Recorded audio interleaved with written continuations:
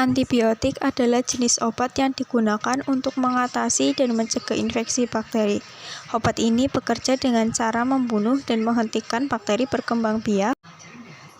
Ditemukan pada tahun 1928 oleh Sir Alexander Fleming.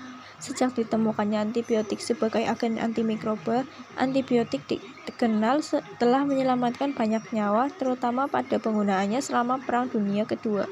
Namun, pada tahun 2013, CDC mengumumkan bahwa saat ini manusia telah memasuki post-antibiotik era dan World Health Organization atau WHO pada tahun 2014 memperingatkan bahwa krisis resistensi antibiotik telah menjadi ancaman kesehatan serius di dunia. Antibiotik adalah obat yang dikenal baik oleh kalangan medis maupun masyarakat. Sayangnya, hampir semuanya mengenal antibiotik secara salah, dan ini terbukti bahwa antibiotik merupakan obat yang paling banyak digunakan secara salah.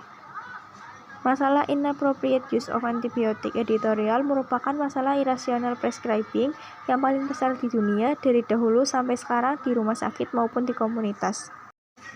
Penggunaan obat yang tidak rasional merupakan salah satu masalah kesehatan di Indonesia, khususnya di rumah sakit. Hal tersebut tidak hanya menimbulkan efek yang merugikan secara klinik, yakni menimbulkan seleksi kuman resisten.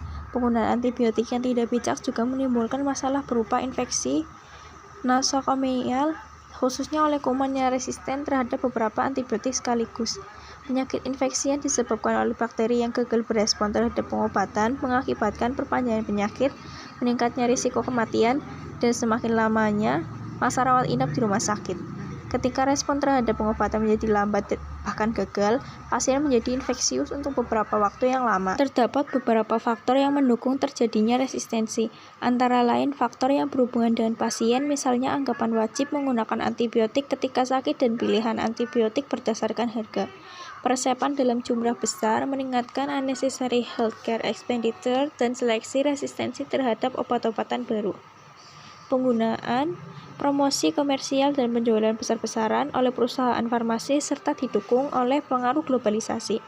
Lemahnya pengawasan yang dilakukan pemerintah dalam distribusi dan pemakaian antibiotik, penggunaan yang kurang tepat atau irasional, terlalu singkat dalam dosis yang terlalu rendah, diagnosa awal yang salah dalam potensi yang tidak kuat, penggunaan obat yang tidak rasional bila peresepan berlebih, pemberian obat yang sebenarnya tidak diperlukan untuk penyakit yang bersangkutan, peresepan kurang, yaitu pemberian obat dari yang seharusnya diperlukan baik dalam hal dosis, jumlah, maupun lama pemberian. Tidak diresepkannya obat yang diperlukan untuk penyakit yang diderita juga termasuk dalam kategori ini. Peresepan majemuk, yaitu pemberian beberapa obat untuk suatu indikasi penyakit yang sama. Dalam kelompok ini, lebih dari satu obat untuk penyakit yang diketahui dapat disembuhkan dengan satu jenis obat. Peresepan salah, yaitu pemberian obat yang tidak sesuai dengan indikasi penyakit. Pemberian obat untuk kondisi yang sebenarnya merupakan kontraindikasi pada pasien. Pemberian obat yang memberikan kemungkinan risiko efek samping lebih besar. Kriteria penggunaan obat rasional adalah 1. Tepat diagnosis. Penggunaan obat dapat dikatakan rasional apabila diberikan untuk diagnosis yang tepat. Yang 2. Tepat indikasi penyakit. 3. Tepat pemilihan obat. Keputusan untuk melakukan upaya terapi diambil setelah diagnosis ditegakkan dengan benar. Dengan demikian, obat yang dipilih haruslah yang memiliki efek terapi sesuai dengan spektrum penyakit. 4. Tepat dosis. Agar suatu obat dapat memberikan efek terapi yang maksimal, diperlukan penentuan dosis, cara, dan lama pemberian yang tepat. Besar dosis, cara, dan frekuensi pemberian umumnya didasarkan pada umur atau berat badan pada pasien. 5. Tata cara pemberian obat. Obat harus digunakan sesuai dengan petunjuk penggunaan, waktu, dan jangka waktu terapi sesuai anjuran. 6. Tepat pasien. Mengingat respon individu terhadap efek obat sangat beragam, maka diperlukan pertimbangan yang sesama mencakup kemungkinan adanya kontraindikasi, terjadinya efek samping, atau adanya penyakit lain yang menyertai. 7. Tepat informasi. Kejelasan informasi tentang obat yang harus diminum atau digunakan pasien akan sangat mempengaruhi ketaatan pasien dalam pengobatan. 8. Waspada terhadap efek samping. 9. Cost effectiveness. Penggunaan obat tanpa indikasi yang jelas atau pemberian obat untuk keadaan yang sama sekali tidak memerlukan terapi obat jelas merupakan pemborosan dan sangat membebani pasien. Di sini termasuk pula persepan obat yang mahal padahal alternatif obat yang lain dengan manfaat dan keamanan yang sama dan harga lebih murah tersedia. Mekanisme resistensi antibiotika berbeda-beda pada setiap golongan antibiotik. Secara garis besar, mekanisme resistensi antibiotika dibagi menjadi 4 golongan. Pertama, adanya limiting drug uptake hingga blockering antibiotika oleh bakteri. Ada bakteri yang memproduksi dinding sel yang lebih tebal untuk mempersulit antibiotika masuk ke dalam bakteri. Ada juga kelompok bakteri yang mengurangi jumlah porin, dan ada juga bakteri yang mengalami mutasi hingga menyebabkan perubahan pada porin channel. Kedua, adanya modifikasi atau perubahan terhadap target molekul obat. Di satu sisi ada banyak komponen di sel bakteri yang menjadi target obat, namun di sisi lain ada banyak komponen sel tersebut yang dapat dimodifikasi oleh bakteri yang dapat menyebabkan terjadinya resistensi antibiotik. Mekanisme resistensi ini dapat dijumpai pada antibiotik golongan beta-laktam. Yang ketiga, inaktivasi molekul obat. Inaktivasi ini dilakukan oleh bakteri melalui 2 cara utama, yakni melalui degradasi obat dan transfer kelompok kimia ke dalam obat. Antibiotika golongan beta-laktam dan tetrasiklin dapat mengalami resistensi karena adanya hidrolisis oleh enzim dari bakteri yang membuat beta-laktam dan tetrasiklin menjadi inaktif.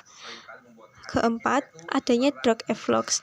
Pada mekanisme ini, antibiotik dipompa keluar dari sel bakteri bahkan sebelum molekul obat berikatan dengan molekul target di dalam sel bakteri.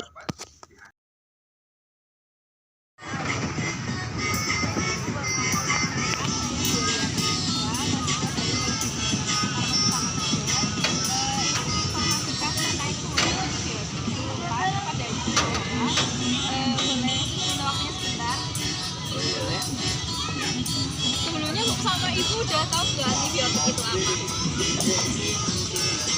Nggak tahu. Antibiotik adalah senyawa kimia dari suatu mikroorganisme yang digunakan untuk membunuh atau menonaktifkan mikroorganisme. Sebenarnya di dalam tubuh ada mikroorganisme kayak bakteri, cuma kalau di dalam tubuh itu kalau mikroorganismenya sendiri, bakteri sendiri itu bisa membantu metabolisme tubuh. Kayak misalnya dalam pencernaan dapat lactobacillus itu berguna untuk membantu pembuatan makanan yang cepat diserap. Namun juga kalau misalnya mikroorganisme yang banyak bisa infeksi. Terus kalau misalnya dalam penggunaan antibiotik ada istilah namanya resisten.